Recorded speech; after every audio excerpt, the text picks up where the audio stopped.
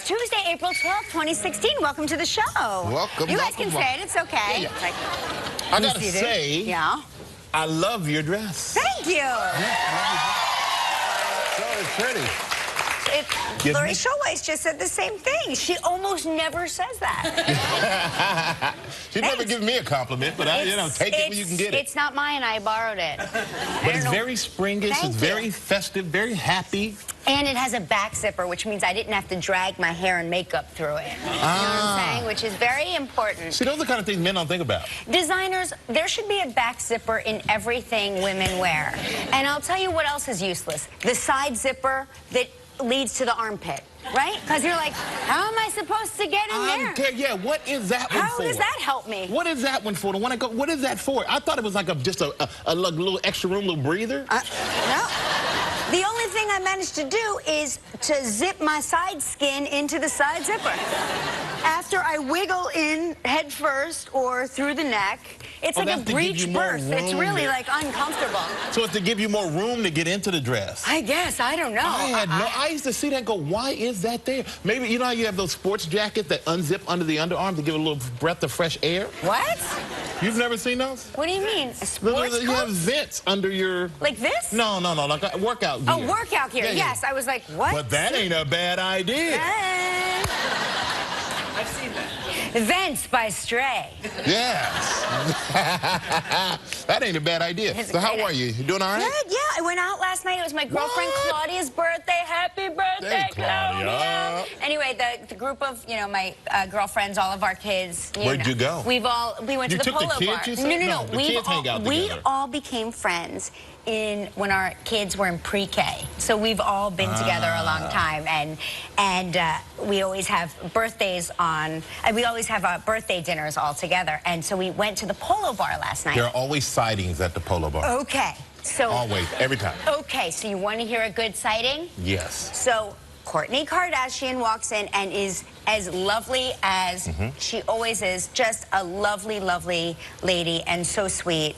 And we were talking about just how fast kids grow, because her kids are getting big already and my kids are grown-ups. And so my girlfriend Claudia takes a picture of the two of us talking and sends it to my daughter, because my daughter loves the Kardashians, and says, look who your mom's talking to. And my daughter texts back, this is the response, that's not my mom, that's Kourtney Kardashian.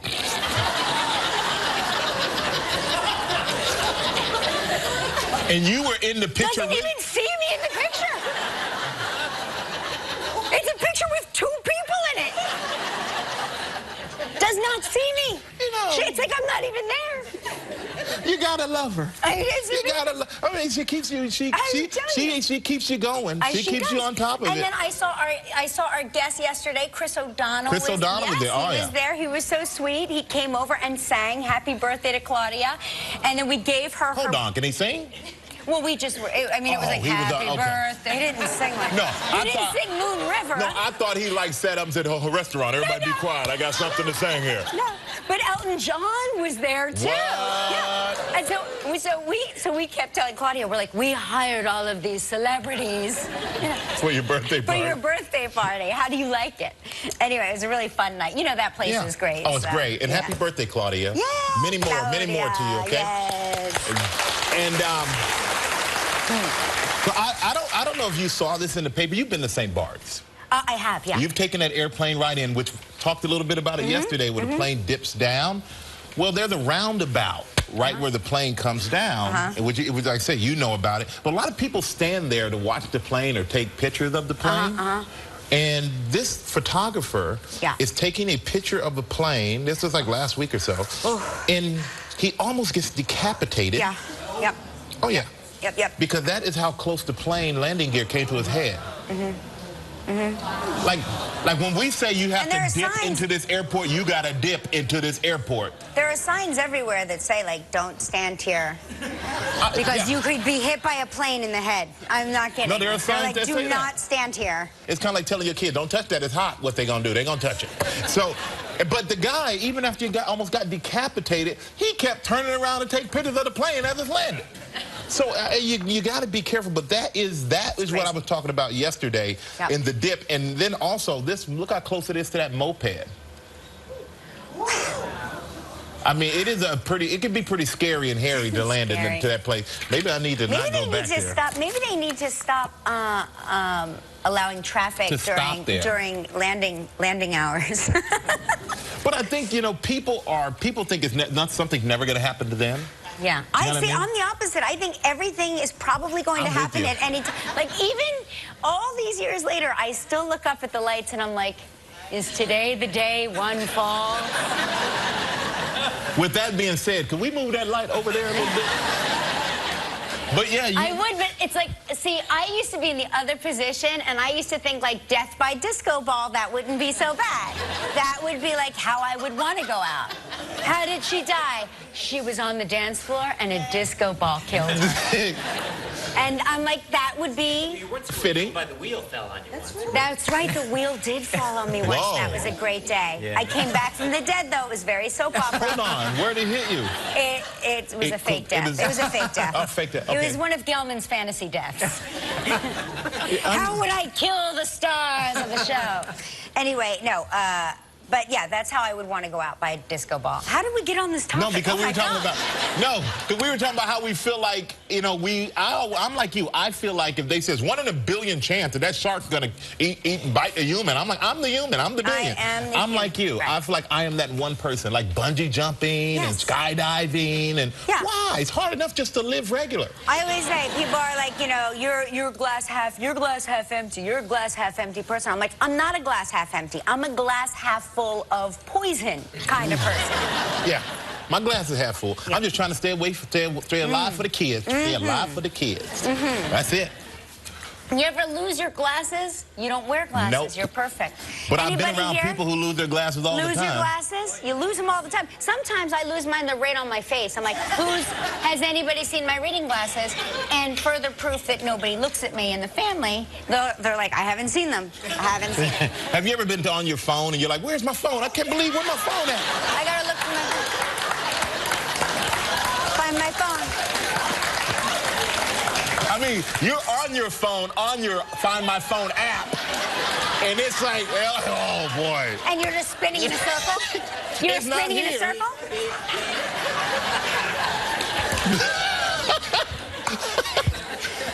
Anyway, this lady, look, I gotta show you this, because this is like something that would happen. This can happen.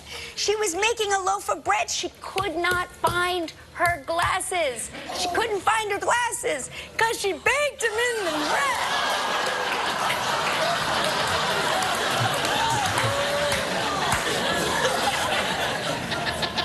That's still fine. You could eat around that. Still fine. I tell you what, she has a good quality glasses. They held up to the heat. I know. She baked her glasses in her bread. Yeah. That is not where I expected that story to go. Yeah. You can see that it melted a little bit, see the melting, but I still think if you just scrape off that upper layer, you could eat the rest. I'll be honest with you, I would eat the bread. No, They're my glasses, not like some stranger glasses in my bread. They're mine. Yeah. I mean, what could possibly go wrong? And you've been a very loyal employee for Disney for how many years now? 26. 26 years. I joined in 1990. Well, you just got. Here's the thing: it wasn't Disney yet. It was Cap Cities, and then Disney bought Cap City. So I was here before it became Disney. I'm older than Disney. Well, you know, as they call that, for lack of a better term, you were grandfathered in. Yes, I was grandfathered. So really 26 years, and you just had your 15th year here, it's your 16th year we're in right now. You've only missed, how many sick days have you had here? One sick day in 16 years. Wow. Well, listen, guys, time out. Full disclosure, I usually work sick, but it's an hour long, so don't feel too bad. It's fine. Both been. You have to just show up. You're sick, and you suck it up for an hour. You suck it up. You feel bad for the celebrities whose hands you just shook. Yeah. And then you go from there. But there is this lady, her name is Alina Griffin. She started her 70th year of work at the Bay Area Hospital. Here's Alina with that beautiful smile. Oh, she's lovely. But she started when she was in April of 1946. After 70 years, she only had 4 sick days. And she continues to go to work and be a very happy lady. So that is longevity, and talking about having a job that makes you happy, and you go to work every day and you're happy you're there. Alina, congratulations to you, and you have a very lucky employer to have you there with them. Yeah, so. fantastic. Absolutely. And I bet she brings a lot of joy to the workplace as well. So there's this crazy, it's more of a visual than anything. So these bank robbers heard that they wouldn't set off, they were in Brazil, southern Brazil, and they heard that they would not set off, you know, what's it called? The motion detectors? The motion detectors if they wrap themselves in aluminum foil, which A, isn't true, and B, the visuals of them on camera in aluminum foil, it's really incredible. I just love them so much. Like, please tell me they were caught. They weren't caught. They left behind, they left empty-handed. They were not caught, but they did leave behind their blow torches and other safe-cracking devices. That is unbelievable. I wonder where they heard that at. I don't know, but I love it. I would have, by the way, I wouldn't have tried this by actually robbing a bank, but I would have, like, said to a friend that works in a retail shop, hey, I heard that if we wrapped ourselves up in aluminum foil, we wouldn't set off a motion detector. Can we just try it here after hours? Like, I would start small with, like, somebody I knew that had an independent shop. I wouldn't start by robbing a bank. That's too risky. Well, it's hard to identify them unless they were running. You hear that. And they found that adults, too, we both suffer from a lack of sleep. Oh, my so God. everybody just got to put this out there. Public service announcement is very important that you sleep, because those who don't get enough rest have been diagnosed to catch more colds and get sick more often. Oh. Yeah. But the thing is, I literally caught a little cold right before I came back to work, when I was getting plenty of sleep on vacation. Really? I think the stress of knowing I'm not going to get any sleep now got to me. See, I usually, and I think we all suffer from it here, I usually, like, on the first day of vacation, I will get sick. I'll come down with something just because it's like, finally, my body's like, wait, is it 7 o'clock and you're still in bed? We will strike you down with the cold. You know what I do? I wake up and I go, I love my job, but I love vacations, baby. Yeah. I don't get sick. No, I just ignore it. I lay there. I will force myself to sleep on vacation. No need to. Why am I getting up at 5, 6, 7 in the morning? I will lay there until my body aches. I will lay there until my bladder is like, if you don't get up, you are really going to embarrass yourself, grown man. I get up early. I get up early the whole time. I do the whole time. Like, my kids know, like, if it's 7:30 and I'm not up, call 911. Something has happened to me in the middle of the night. Yeah, I lay in the bed until my foot starts to tap. And then my foot is like, hey, you may not be getting up, but I am. You got it, yeah. But don't you have FOMO? You don't have FOMO? I'm not missing out on anything. Oh, but what if you are? What if that's the day? I'll catch up to it when I get up. You know, nowadays, it's like a 24-hour news cycle. You'll never miss anything nowadays. So I just kind of feel like I'll catch up to it when I catch up to it. Vacation is meant to unplug. No, but I still think that when you live here in the Northeast and you go someplace on a warm weather vacation, I need at least 20 hours of that 24-hour day of warm weather to feel warm, and like I need. It takes a minute to calm down too for me. I just need the warmth. I need the full vacation. That's why I don't sleep more on vacation. Because I remember when I first got here, I was here for a few years before I actually really went somewhere. And what do you mean? I mean, you know, when I came to New York, I was just in New York. I didn't go back in the off season to live in Texas or anything like that. I see. I just was here. In New York, you kind of develop this skin on you, and then when you walk down the street, you actually walk past 1 million people, but you don't really talk or look at 1 million people. Yeah. Just kind of do your own thing. Of course. And I flew to Ohio, Cincinnati, and yeah. You know you're from New Jersey. Stop. Well, I know somebody from Ohio, though. And but I get off at the airport, and I'm walking to the rental car, and some guy looks at me and say, "Hey, how you doing?" And I looked at him like, "What you want?" Yeah. You better get back. Like, it builds this shell here, you know, but you do have to learn how to calm down. It's so embarrassing. It is so embarrassing. It is. Hi, what? What did you say to me? No, I was just saying hi, good morning, good morning. Yeah, like people are really nice. They really are. But that's all I got. That's all we got, actually. Okay. Yeah. Hey, listen.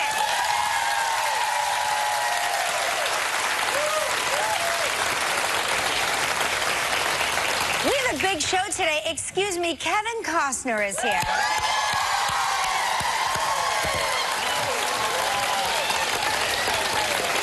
You know, I love Kevin Costner. I've seen that movie McFarlane, like about 10,000 Great times. movie, though. Gosh, I love it so much. And you know what? He's big into a lot of baseball movies, and I don't know what it is. Very hard for me to like get emotional. His movies, for some reason, I know. if I'm with somebody, I got to turn away and be like, oh, the man gets me. But I love this new movie, Criminal. I can't wait to talk to him about that. And we're going to have a big performance by the American Idol runner-up, LaPortia Renee, everybody. And a performance by Marla Maples and Tony Dovolani, the latest couple eliminated from Dancing with the Stars. Oh, no. I'm sorry, did I just... I know. People were like, oh, great, now you ruined it for me. I didn't see last night. And some people are upset, and then then after you get eliminated, they make you fly red-eye to get here to dance. I'd be like, I ain't dancing for nobody. But it's all right. We love having him here. Tony, I love Tony. I love Tony. He's a good guy. Yeah. But you know what? Our dancer is ready to go, and we are going to kick this party up with our Happy Dance Travel Tribute.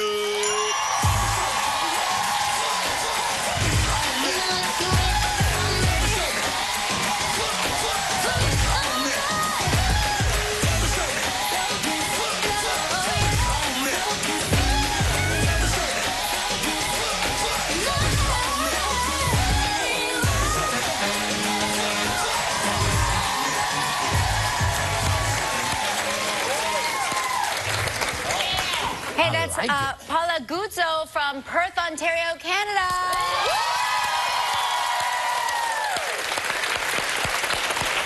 Nice move. I love your flower in your hair. You look good. Hey, great job. Thank you, That was a great job. But everybody, let's say hello to Tina Shaw from Roseville, California. Hello, Tina. How are you? I'm great. How are you? We're great. We're great. What's going on? Well, perfect day for you guys to call me. It's my twins' 31st birthday today. So this can be my birthday present. Happy birthday to the twins. Hang on. It's your twins? Your twin sister? Or I wish. No, my twin girl. oh, your twin girl. Wait, you have 31-year-old twins? I do. What? All right, Tina. My twins are 11. I need some help. How are they at 31? You know, it finally gets better, but it takes till about 30. Sorry. Right when I said I'm trying to stay alive for the kids. You're a third of the way there. You're a third of the way there. You can do it. Oh, boy. Okay, Tina, we're going to spin the wheel, see what you're playing for. Okay.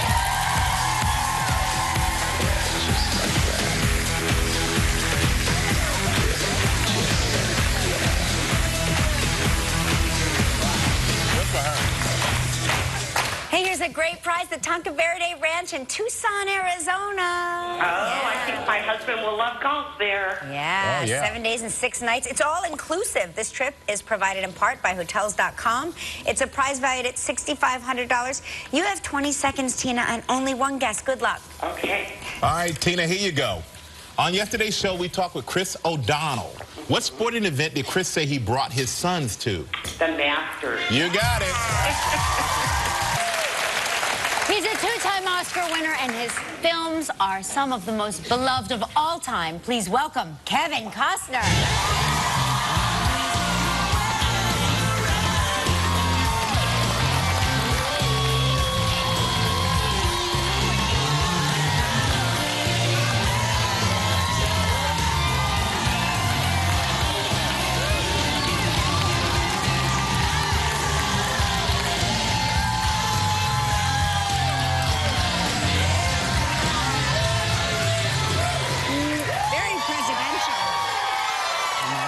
brother. How you doing, man? Good.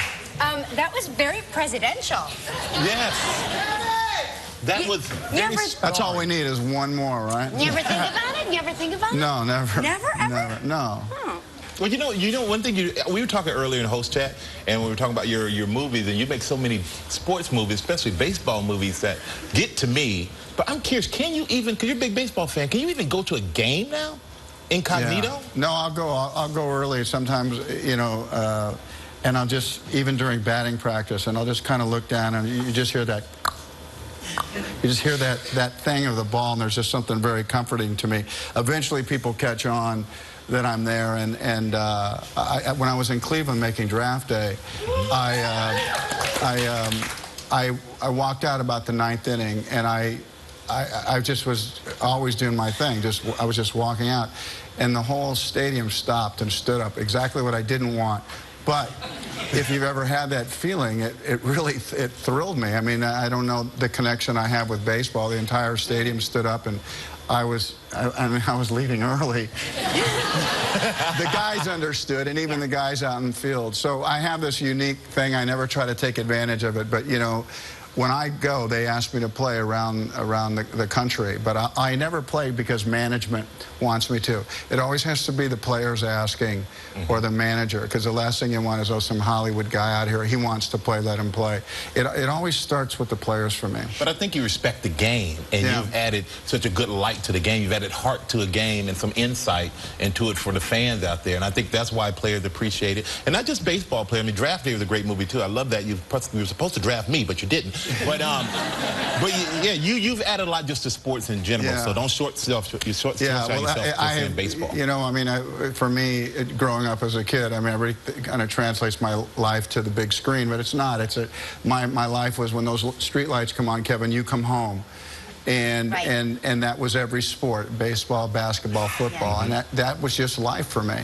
It's kind of great because we were talking about McFarlane, which is a movie that I've seen like so many times, and it never gets old for me, and it never gets tired for me, and it's, you know, there's something about sports stories, and you really tap into it like nobody else. That it is all heart. It has so little to do with the actual sport and more to do with the story behind it. Yeah, you know? Well, it's always about the people, and sports are so authentic. There's so much drama. Even watching that golf thing on Sunday. I mean, people want to talk about it in a bunch of different ways, but it is the essence of sport that it is not written until it's done. And I'm just curious, because you were cast in The Big Chill as well, and you filmed some scenes that were cut out. Exactly. And how did you deal with that? Well, a lot of people would think to themselves, well, you must have been terribly disappointed. I had my own little bit of my heart stop for a second, but sometimes you have to have an awareness of when things happen for you, and you can pinpoint in your career when you know it happens, and it's not necessarily ending up with the role or the job that you get. There's a moment in time when you know that you're on the right track, both in your sports career and then your second career. And for you, and you know what the tipping point is. And for somebody else, it might be, oh, when you did No Way Out, when you did this, when you did that. But when I got the part of The Big Chill, not when the movie came out, when I got the part, I knew it was going to happen for me. You had joined the company. I knew it was going to happen for me. Oh, wow. Yeah, that's good. Well, we're glad it happened, man. And we're going to take a quick break. We're going to talk about having Ryan Reynolds on the brain with Kevin Costner in his new movie, Criminal. So stay right there. We'll be right back. It's a kind of a big concept movie of a memory transfer into my brain, because there's something that has to get done, and the person that knows about it has passed on, and we're talking about Ryan actually in this instance, and you know, it's a big leap. We're doing it with animals. Would we do it if the stakes were this high? Well, we did for our movie. And so at that point, you know, but the problem is the person they've selected, me, is a pretty uncontrollable person. He's very unreliable. He's very spontaneous, and he takes out into the street all his prison skills. Using the brain of a CIA agent who has passed, or the memories. Just a tad of it, you know, hadn't been done. But you're the only person who can accept Ryan Reynolds' memories and can get and can solve I was a special candidate. You know, I had been hurt.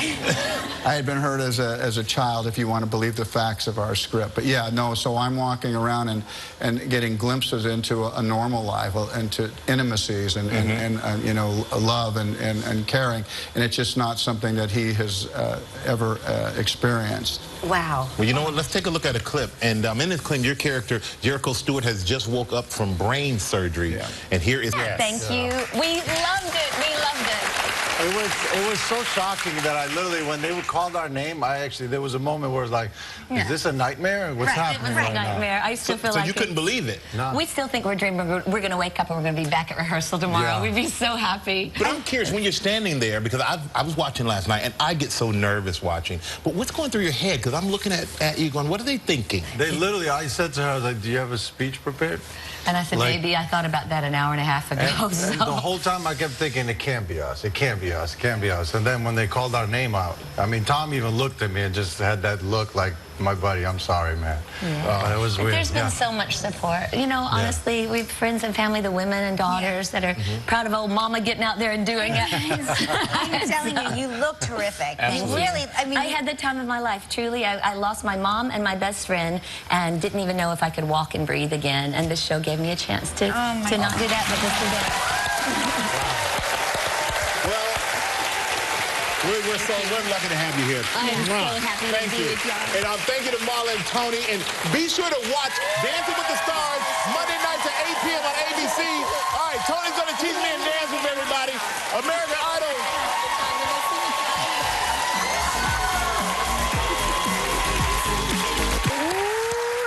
how are you? I'm good. That was great.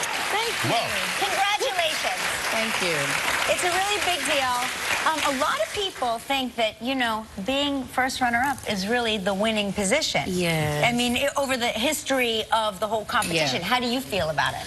I feel blessed that I'm the runner-up. Yeah. Trent deserved the title. He worked so hard. He's an amazing person. He's really genuine, really sweet. What did he whisper in your ear? He told me that God wanted it this way, and the only reason I didn't win was because God wanted something bigger and better for me. oh, wow.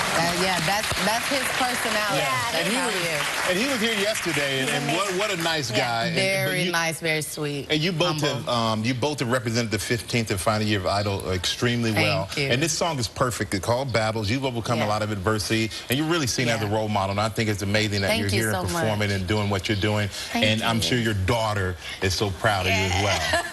Thank you so much. Which I think probably means more than anything, right? I'm sure. Now, how old is your daughter?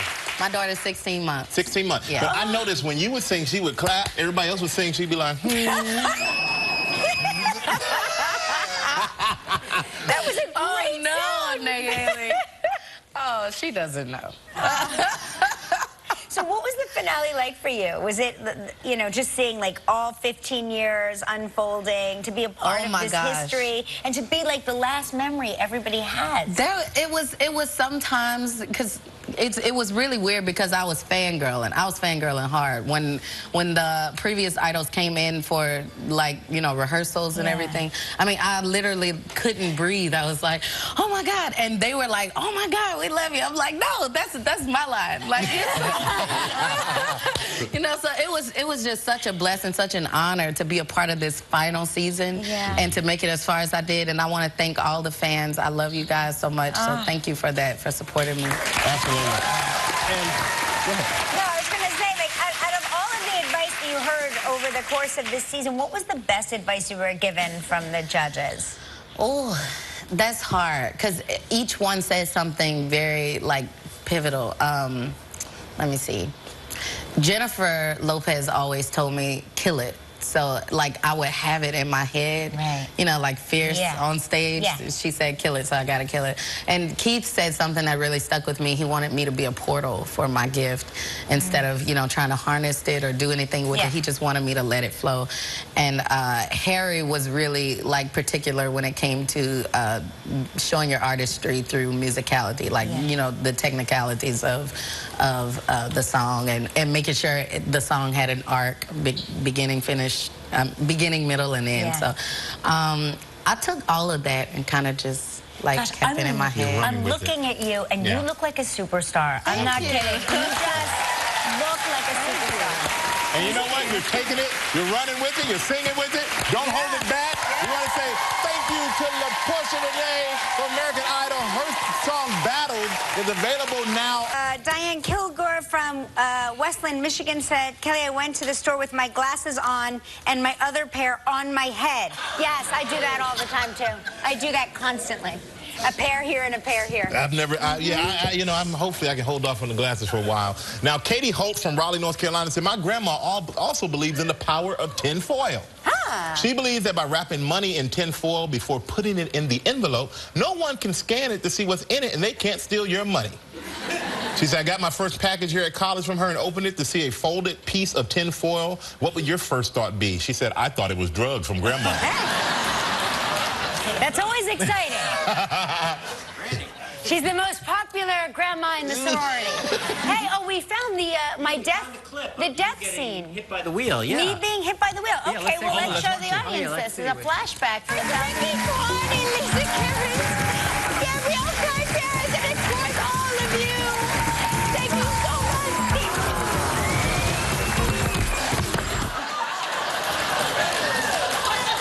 Honestly, Can you tell that I was nursing there?